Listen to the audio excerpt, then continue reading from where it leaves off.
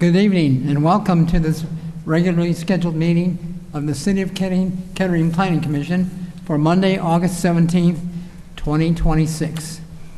I would like to take this opportunity to thank the Miami Valley Communications Council for televising and taping tonight's meeting for rebroadcast on Spectrum Cable GATV Channel 6 and AT&T Uverse Channel 99 and streaming live over the internet at mvcc.video. It will also be recorded and available for later viewing on mvcc.video. Since this meeting is both audio and videotaped to form a complete record for possible appeal to City Council and or the courts, it is important that anyone who wishes to address the Commission to come to the lectern to speak into the microphone and give their name and address for the record. The Planning Commission is a volunteer independent body appointed by Council whose mission is to hear all bodies involved and subsequently make a motion to approve, deny, continue, or recommend the application. All actions by the Commission can be appealed to the City Council. I'd like to take this time to introduce the members of the Planning Commission who are present today. To your extreme right is Steve Noss, Planning Commissioner. Next is Ken Lackey, Secretary. Troy Urbis has an excused absence. I'm Ray Waskey, the Chairman, and next to me is Don Ruthman, Vice Chairman. And tonight we have Ryan Holmesy, City Planner and Zoning Administrator.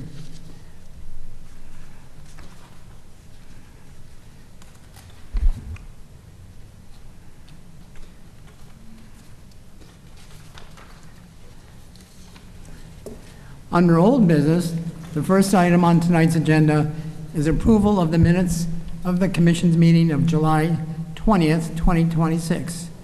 May I have a motion to approve the minutes? So moved. Do I have a second? I'll second. It's been moved and seconded that we approve the minutes of July 20th. Mr. Holmesy, would you call the roll, please? Mr. Rethman? Yes. Mr. Noss? Yes. Mr. Lackey? Abstain. And Mr. Waskey? Yes. The minutes have been approved. Moving on to new business, the next item on our agenda is a request for a conditional use approval to allow the property of 2945 Glenmore Avenue, Kettering, Ohio 45409 to be used as a surface parking lot. This is a public hearing. So we'll begin with staff's presentation. Mr. Holmesy. Thank you, Chairman. Good evening. The request tonight, we had an application about this project last year, and coincidentally the meeting was scheduled originally for, was pulled from the agenda for August 16th. So we're almost exactly a year. We got the updated application about a month and a half ago. It involves the property at 2945 Glenmore.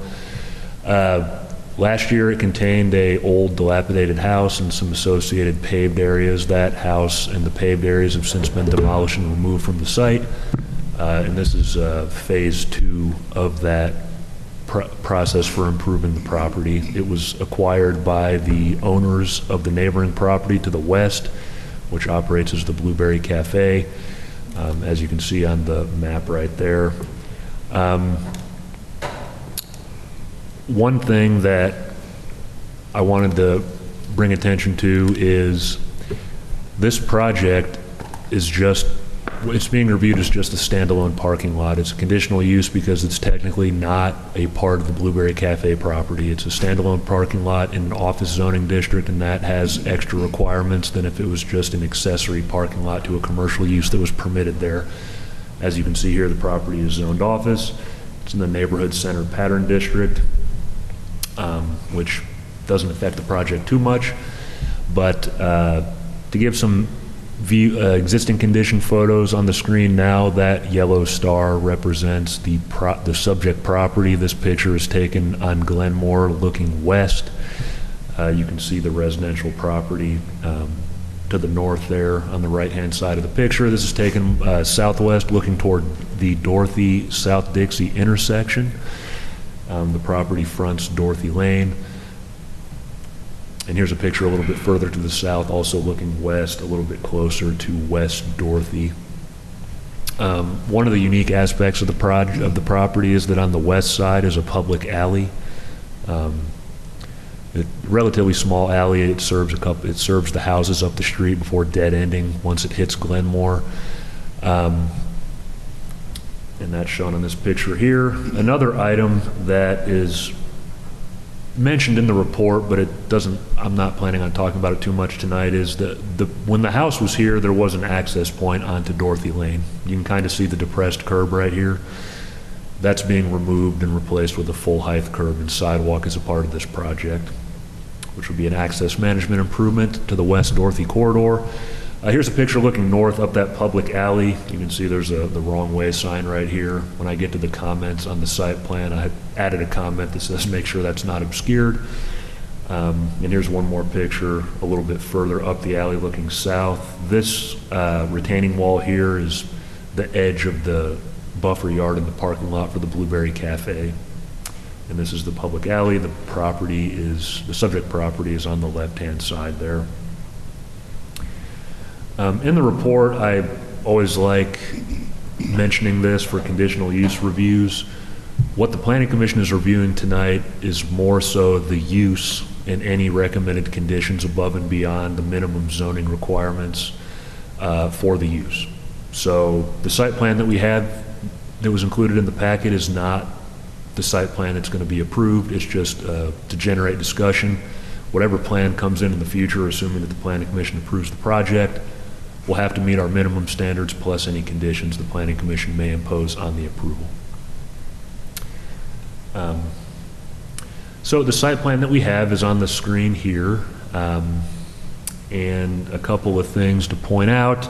You can, of course, see the parking lot. The current plan shows 14 spaces, a 10-foot setback from the alley.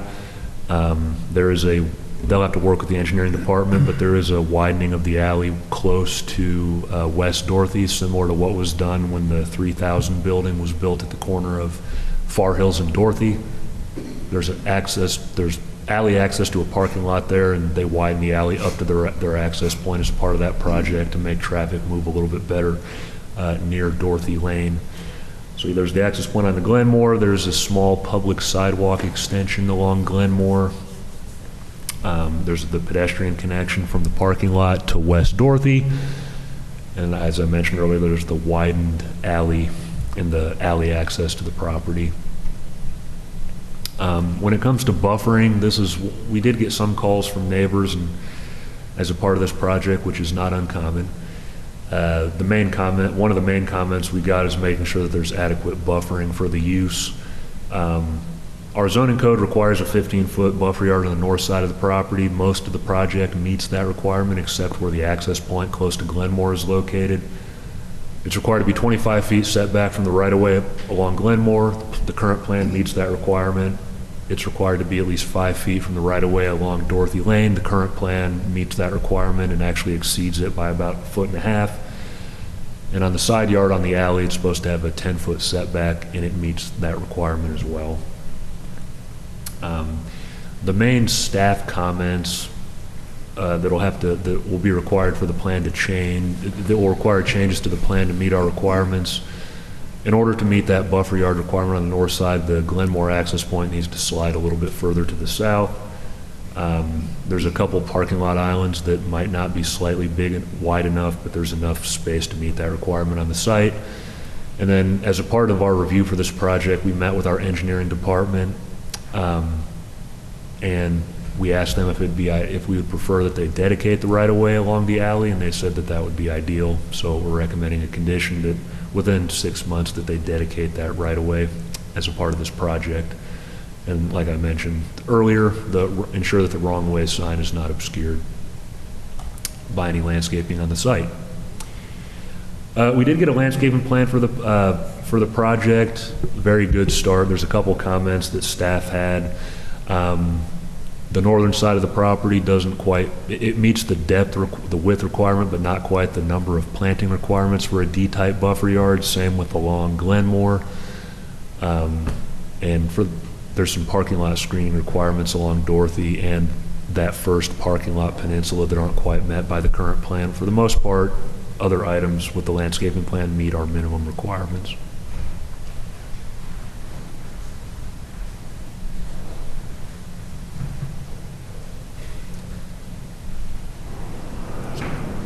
Sorry, I wasn't sure if someone was coming upstairs or not. One item before I get into the standards for specific uses, I wanted to talk about one particular condition to answer any questions. One of the conditions deals with ensuring that the buffer yard fence on the north side of the property provides a level of sound deadening. And the recommendation there is that that fence that go on the north side has a sound transmission class of 26 or higher. What does that mean? This is basically a vinyl fence that's slightly thicker than a standard vinyl fence. There's some product from SimTech and BuffTech. There's a few examples on the screen now. These fences meet that requirement. It's not like a masonry wall. A masonry wall, you get up into like 40, the number reaches like 40 and 45%. So we're not recommending anything substantial like that, just a little bit more than a standard stockade privacy fence. I already answered this question. So the standards for specific uses, standalone surface parking lots have, I believe, 5 standards that need to be met. The first is that it needs to be located on a lot that's at least 7,500 square feet. That standard is met. I kind of already touched on this. It needs to be screened from view from any residential properties and rights-of-way according to Chapter 1147 and the following standard, which is that a Type D buffer yard, which is included in the staff report, shall be located along any lot line that borders a residential street or use. Again, they can meet this requirement, so there's a condition recommended to that effect. Number 3, it needs to be set back from the property lines according to the following standards. There's a 5-foot setback requirement along West Dorothy. That's met. There's a minimum side yard setback of 10 feet. That is met. There's a minimum street side setback of 25 feet, and that is met. And there's a minimum rear yard setback of 10 feet, but since there's a residential property to the north, it needs to be 15 feet to meet that buffer yard requirement, but there's sufficient space on the site to meet this requirement. So that standard is met conditionally. Number 4, vehicular access shall be onto such adjoining streets as determined by the Planning Commission. The Planning Commission shall determine the size and location of all access points based on the following factors. I'm not going to read each one, but as a part of our review for this project, planning and development staff met with the engineering department to just show them the plans that we had to make sure that there were no concerns about the general access planning for the site, particularly the access point on Glenmore, and there were no concerns that came up based on that meeting. So this standard is conditionally met. And then finally, number 5, provide a paved walkway, including but not limited to appropriate ramps or crossings to connect the surface parking lot to the other uses and districts they serve. The plan shows that connection to West Dorothy, so this requirement is met. That's it for the specific standards for surface parking lots. But since this is a conditional use, there's also the general conditional use standards that all conditional uses need to meet, contained in section 1153.08.8 of the Kettering zoning code. First one is that the proposed conditional use shall comply with all applicable regulations of the zoning code. I've already mentioned that's a requirement anyways. Letter B, the proposed conditional use shall conform to the character of the neighborhood within the same zoning district in which it is located and shall have no more adverse effects on the health, safety, or comfort of persons living or working in the neighborhood, or shall be no more injurious to property or improvements in the neighborhood than would any other use permitted by right within the same district. The property is zoned office, which permits a variety of office and residential uses, including medical offices, professional offices, and multi-unit residential uses, many of which could include equally or more intense activities than the proposed parking lot. Further, the use-specific standards for parking lots require a more substantial buffering plan from both residential uses and residential streets than would be required if the property were to develop as either an office or a residential use. which reduces concerns related to the use being more disruptive to the neighborhood than another use permitted by right on the same property. Finally, since this is a conditional use, the Planning Commission may impose conditions that will require the developer to take certain steps, including but not limited to the relocation of access drives, additional buffering, and conditions pertaining to lighting. And staff is recommending some conditions related to these items, all of which are intended to provide protection for the adjoining residential uses while allowing the subject site to be used in accordance with the law. The next requirement, adequate utilities shall be provided. This requirement is satisfied. The proposed parking lot, there's no anticipated increase in demand for any utilities. Letter B, adequate measures shall be taken to provide ingress and egress so designed as to prevent traffic hazards and to prevent traffic congestion on public roads.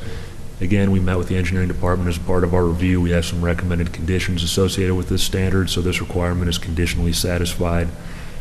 Letter E, the proposed use shall not be noxious or offensive by reason of vibration, noise, odor, dust, smoke, or gas. I can't think of a scenario where a parking lot would violate any of these uses, any of these standards, but if they were to be an issue, we would treat them as a violation of the zoning code and address them accordingly. So this requirement is satisfied. Letter F, the proposed use shall not injure the use and enjoyment of property in the immediate vicinity for the purposes already permitted, nor substantially diminish or impair the property values within the neighborhood. Again, provided that the recommended conditions are met and the use meets the minimum standards of the zoning code, the proposed use will have no such impacts when compared to the uses already permitted by right within the office zoning district. Letter G, the proposed use shall not impede the orderly development and improvement of the surrounding property for uses permitted within the zoning district. Staff does not feel that the proposed use would have any such effect, so this requirement is satisfied. Letter H, the establishment, maintenance, or operation of the proposed use shall not be detrimental to or endanger the public health, safety, morals, comfort, or general welfare. Again, staff feels that this requirement is met, especially when the conditions and the minimum standards of the zoning code come into effect, so this requirement is conditionally satisfied. And finally, letter I, the public interest and welfare supporting the proposed use shall be sufficient to outweigh the individual interests that are adversely affected by the establishment of the proposed use. And staff feels the proposed use will have no such adverse effects that must be outweighed, so this requirement is satisfied. Again, this evening, the Planning Commission has 4 options technically.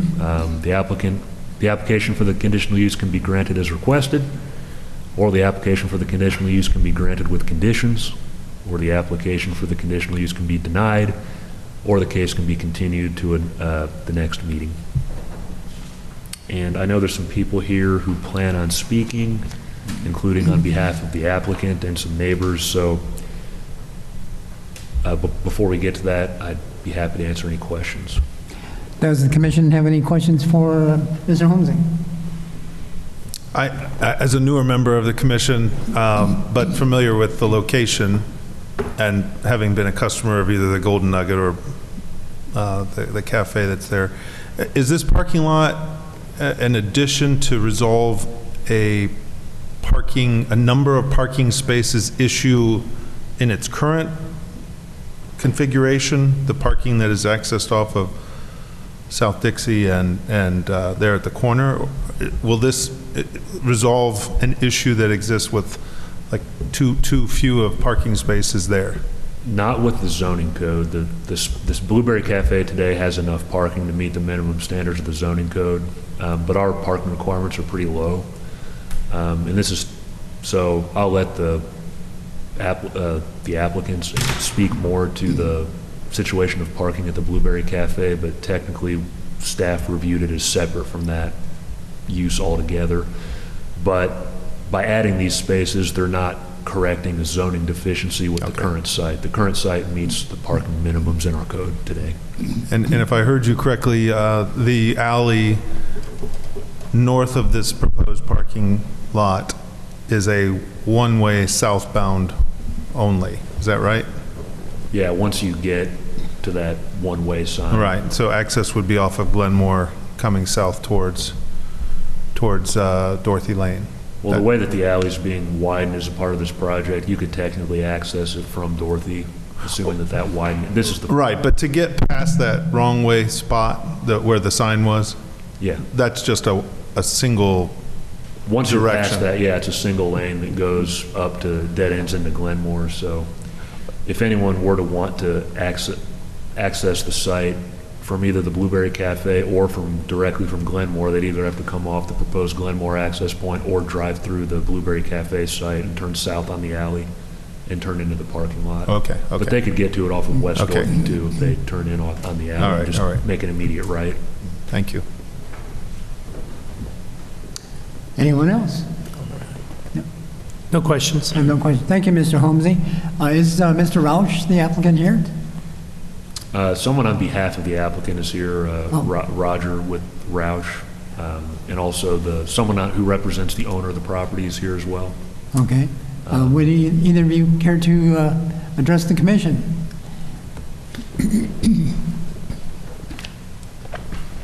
Please, good evening. My name is Bill Tolliver. I'm in-house counsel for Wind Supply, and I'm the president of Wholesalers Property Co. LLC that owns this particular lot and the lot that is occupied by the Blueberry Cafe. And with me tonight, I've also got Roger from Steve Roush, who made the application on our behalf, and also Nate from Brumball Engineering that did the engineering work, and Kelly Andary from the Blueberry Cafe, who rents that facility from us. So thank you for your time, and we appreciate the work that the staff has put into this project for over a year for a small parking lot. That does not go unnoticed, so thank you very much to Ryan and his team. We're happy to comply with those conditions that Ryan has detailed as suggested for a conditional approval. Many of those we're already planning on doing anyway, so seeing them as a condition was not a surprise. The only one general comment I would have is we'll make reasonable attempts to save those trees that are on that north line, but some of those are aging trees anyways, and with construction, I don't get to play God, so I can't guarantee that the tree's going to be there, but we will make every reasonable attempt to ensure that those remain, absolutely. And in a quick response, Mr. Noss, to your inquiry about is this a zoning requirement that they need additional parking, or is it more of a convenience? And it's kind of two things. It's one, we didn't love the blighted house or office building that was behind us. I made the mistake of going into that property before it was demoed, and I probably should not have. I needed about 6 showers. So we really didn't like that aesthetic being right next to it and what that could attract because it's a vacant property. So we really wanted to remove that. And then working with Kelly and her team, that there are certain days that the Blueberry Cafe is very busy. Think Mother's Day, around holidays. Those are the busiest days for the restaurant. And what was happening is Kelly would have her staff park across the street at the Walmart parking lot because they have plenty. But then their people were running across the street, and we really didn't like the safety factor of that. I'm sure customers did that as well, but we know that some of the staff were doing that to try and make more room for customers as they came in. And that was kind of the impetus of why we looked to add just a little bit of parking. My gut tells me that majority of the use of this will be for Kelly and her team. One thing is nice that she closes at 2 p.m. and isn't open on Mondays, so we don't expect to have large parking after hours. This isn't something that I anticipate will get used, at night, unless, of course, it was probably the neighborhood and they had, people over for dinner. It will be much easier to park there than it is to try and park on the surface street. So that's a little bit of the background of how we decided that we wanted to get into this.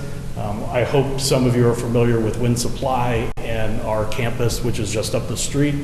I'm very proud to work for a group of individuals that really put their money where their mouth is when they say that they're going to be community partners. And we've taken great lengths to try and clean up the neighborhood that is just a little bit south where we are in Moraine. And if you've seen our campus, we do pride ourselves on taking care of what we have. That was something that was taught to me very early when I joined this company is, we've got it, you better take care of it. And we really do believe that, and we spend a lot of money on landscaping and maintenance and those types of things. So we will treat this exactly the same as all of our other properties in the neighborhood. We're happy to answer any questions. We're happy to respond to any comments that may come up later.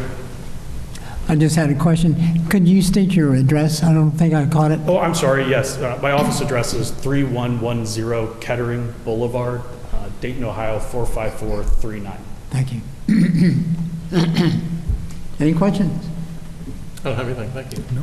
No questions. Okay, thank you. Thank you.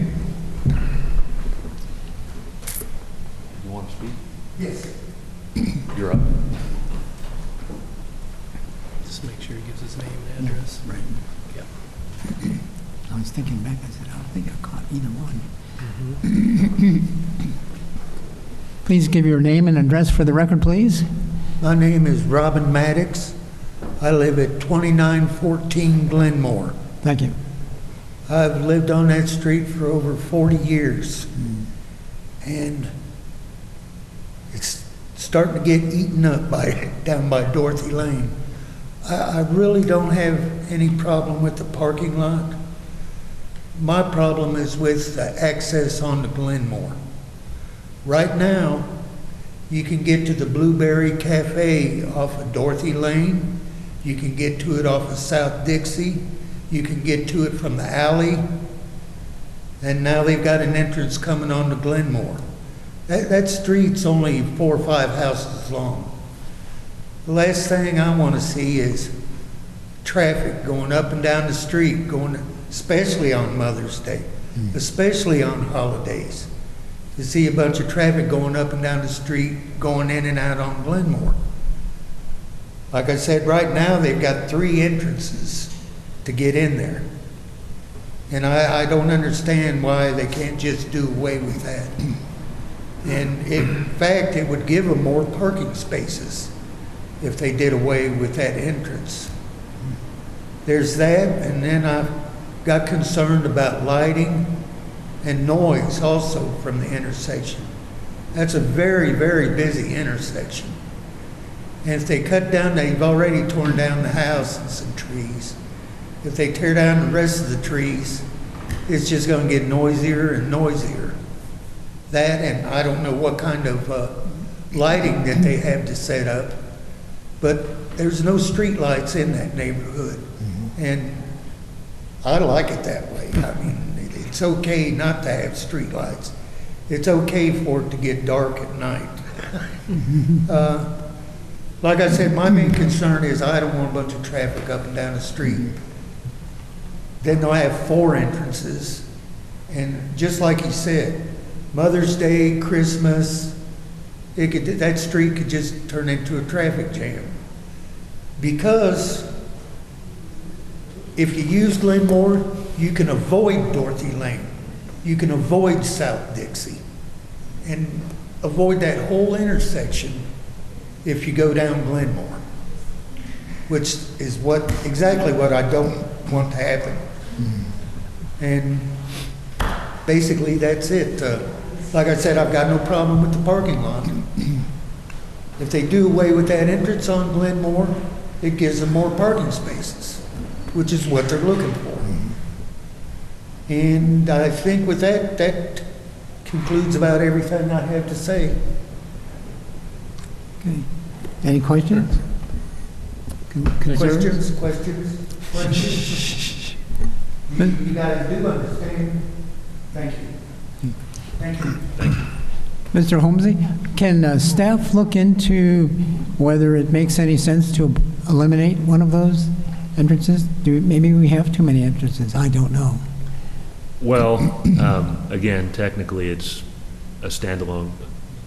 Technically, entering the Blueberry Cafe off, it would require you to go the wrong way down the alley if you enter off Glenmore, go into the parking lot, drive through it, and then turn Got to north. go, right. Technically. Doesn't mean people aren't going to do it occasionally, but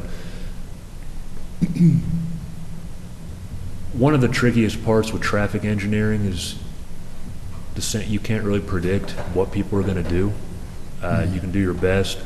Our engineering team looked at it and didn't have any major concerns about an increase in traffic on Glenmore. Doesn't mean a few people won't occasionally do that, but one thing you'll notice, the way that the parking lot is designed, it's not a straight shot. Even when they slide the access to the south, it'll still have a little bend in the access point, so it's not a super convenient way to go to get whether to Glenmore from the Blueberry Cafe or to the Blueberry Cafe from Glenmore.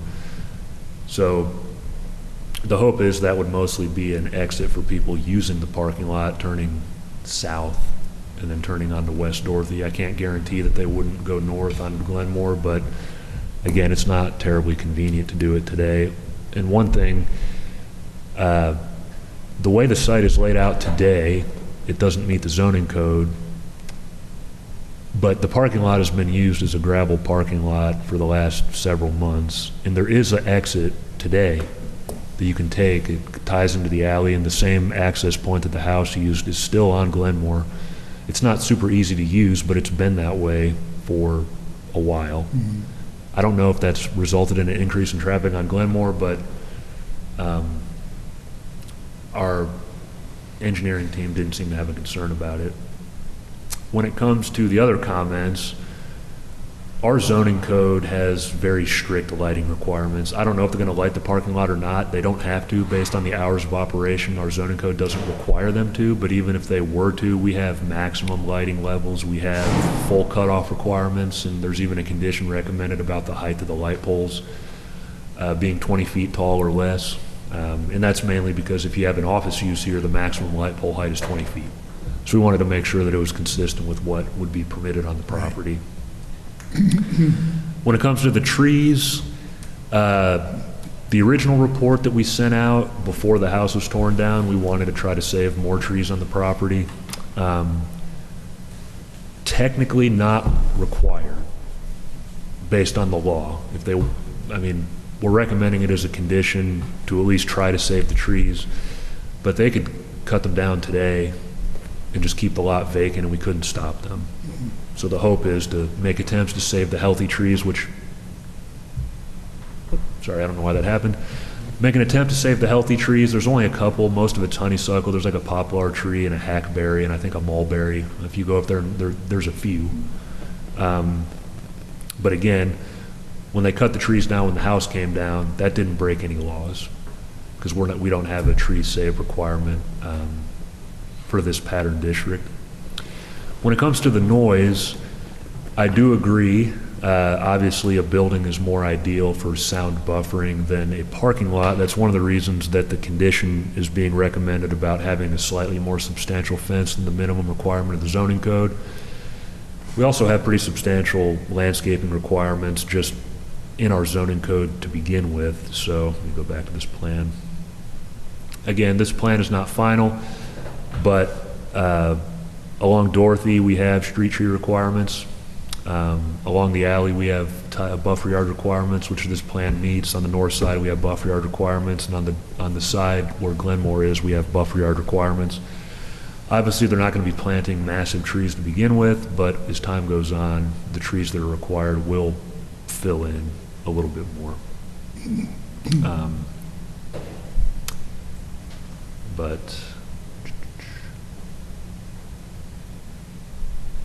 Sorry, let me go. But the one thing that will change for that access point is it will slide further to the south. Okay. I mean, by sliding that access point to the south, it would allow more space for buffer yard along the northern side. Right? That's the reason it needs to slide. Yeah. This buffer yard here on this plan is only about 3.5 feet wide. The minimum requirement is 15. So it'd have to slide at least 12 feet south I see. to allow room to plant and install the buffering. The gentleman who just spoke also said something about if you close one of those access points, it would free up a couple of parking spaces or add a couple of parking spaces. I'm not sure if he was referring right there. Yeah. Okay. Well, if this just dead-ended, they would be able to have more parking right here. Right. It wouldn't, I think, yeah, probably 2 or 3 spaces is probably a good estimate. That's Because what I was thinking. it still needs to be 25 feet It's not from, a big deal. Not a big increase in parking.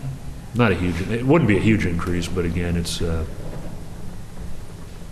I wouldn't speak for whether or not that would add a lot of value to the property or not, because I'm not the owner, but it would probably add, because this landscaping area along Glenmore meets the minimum requirement of 25 feet from that property line, so you can envision maybe 3 spaces additional, probably closer to 2, fitting right here, and that's it. Should need to have a space where you could back out and Yeah. turn and maneuver. You can't park all the way. Yep, yeah. Yeah. And then you probably want to turn around too, so you might And end up turn around. losing a space or 2 for that. Yeah. Okay. Anybody else? Additional. I don't have any comments regarding the previous one. I don't know if anybody else in the audience wishes to address the commission. Right. Anybody else wishing to speak to the commission? Okay. Seeing none, may I have a motion to close the public hearing? So moved. Second. It's been moved and seconded to close the public hearing. Mr. Holmesy, would you call the roll, please? Yes. Mr. Lackey, Yes. Mr. Nass, Yes. Mr. Rethman, Yes. and Mr. Waskey. Yes. Mr. Holmesy, staff recommendations. Yes, I'll, going along with what Mr. Tolliver said, that number 3 condition, if we want to modify that slightly to make reasonable efforts to protect the healthy, non-invasive trees along the north side of the property, the planning commission can choose to do that if you want to. Their main point is while they're doing the construction work, especially installing fences, they might have to cut some of the roots. We want them to make efforts to save some of the trees, but if they're installing some of the required buffering and they just can't, then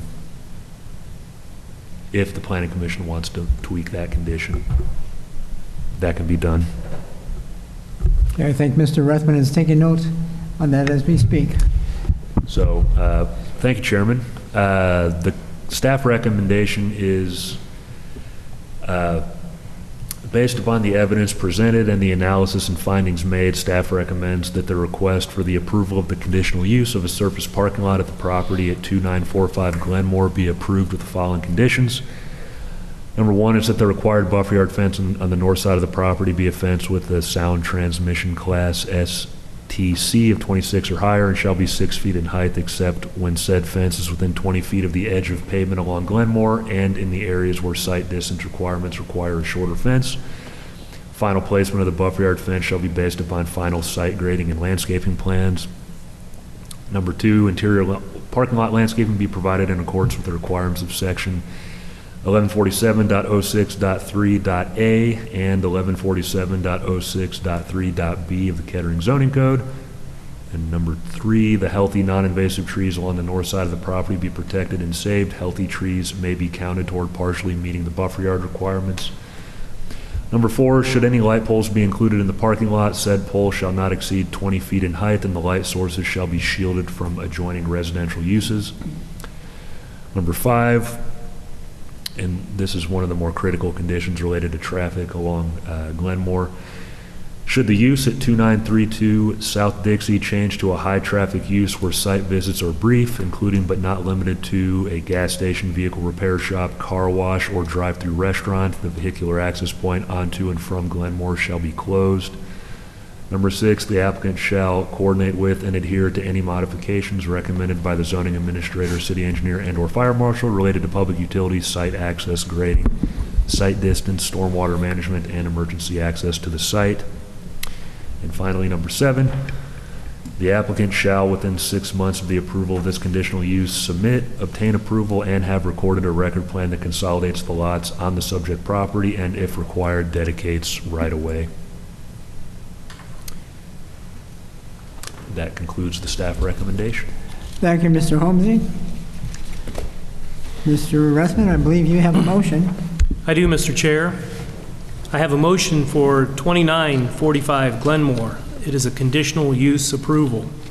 Whereas an application has been received from Steve Roush of Steve R. Roush, Inc., agent for the owner of 2945 Glenmore Avenue, requesting approval of a conditional use to allow for the establishment of the surface parking lot use on the property at 2945 Glenmore Avenue, Kettering, Ohio, 45409. And whereas the property is Zone O office and surface parking lot uses are allowable conditional uses in that zoning district and can be approved through a public hearing process with the Planning Commission. And whereas the Planning Commission has reviewed the facts surrounding this request, including an oral and written report by city staff, which is incorporated herein, and held a public hearing on August 17th, 2026. And whereas this request constitutes approval of a new conditional use to allow for the establishment of a surface parking lot use on the property at 2945 Glenmore Avenue. And whereas the Planning Commission adopts the finding of fact presented by staff in their staff report, which is incorporated into this motion as if fully rewritten. I move that the applicant's request for approval of a new conditional use, case number PC-26-016, to allow for the establishment of a surface parking lot use on the property at 2945 Glenmore Avenue be granted with the following conditions. Number one, the required buffer yard fence on the north side of the property shall be a fence with a sound transmission class STC of 26 or higher and shall be 6 feet in height, except when said fence is within 20 feet of the edge of the pavement along Glenmore Avenue and in areas where site distance standards require a shorter fence. Final placement of the buffer yard fence shall be based upon final site grading and landscaping plans. Number two, interior parking lot landscaping be provided in accordance with the requirements of sections 1147.06.3.a and 1147.06.3.b of the Kettering zoning code. Number three, efforts to be made to protect and save the healthy, non-invasive trees along the northern side of the property. Healthy trees may be counted toward partially meeting the buffer yard requirements. Number four, should any light poles be included in the parking lot, said pole shall not exceed 20 feet in height, and the light sources shall be shielded from adjoining residential uses. Number five, should the use at 2932 South Dixie change to a high-traffic use where site visits are brief, including but not limited to a gas station, vehicle repair shop, car wash, or drive-through restaurant, the vehicular access point onto and from Glenmore Avenue shall be closed. Number six, the applicant shall coordinate with and adhere to any modifications recommended by the zoning administrator, city engineer, and/or fire marshal related to public utilities, site access, grading, site distance, stormwater management, and the emergency access to the site. And number seven, the applicant shall, within 6 months of the approval of this conditional use permit, obtain approval and have recorded a record plan that consolidates the lots on the subject property and, if required, dedicates right-of-way. This concludes my motion. Thank you, Mr. Rethman. Do we have a second? Second. We have a motion and a second. Mr. Holmesy, would you call the roll, please? Sure. Mr. Rethman, Yes. Mr. Lackey, Yes. Mr. Noss, Yes. Mr. Waskey. Yes. Motion is passed. Item 3 on our agenda is audience participation. Anyone in the audience wishing to speak to the commission on items not on tonight's agenda is asked to come to the podium, state your name and address for the record. Seeing none, we will move on to other business, signing of plats. We don't have any plats tonight, but I do have, Leslie gave me a updated copy of the motion from the last meeting that approved. I'll send you the signed motion tomorrow. Good to meet you. The record plan that approved the lot consolidation over on Tate Road, I guess there was a update to the motion, so we have a version of that on the acid-free paper, so we'll need that signed again. And then that's all I have. Thank you, Mr. Holmesy. Communications and reports. I have none this evening. None? And finally, Planning Commission comments. Anybody? No comments. Okay, well, our next regularly scheduled meeting is scheduled for Monday, September 7th, 2026, at 7 p.m. The meeting is adjourned, and I had turned my phone off, so I don't know what the time is. 7:50. 7:50 p.m. Eastern Time. Meeting is adjourned.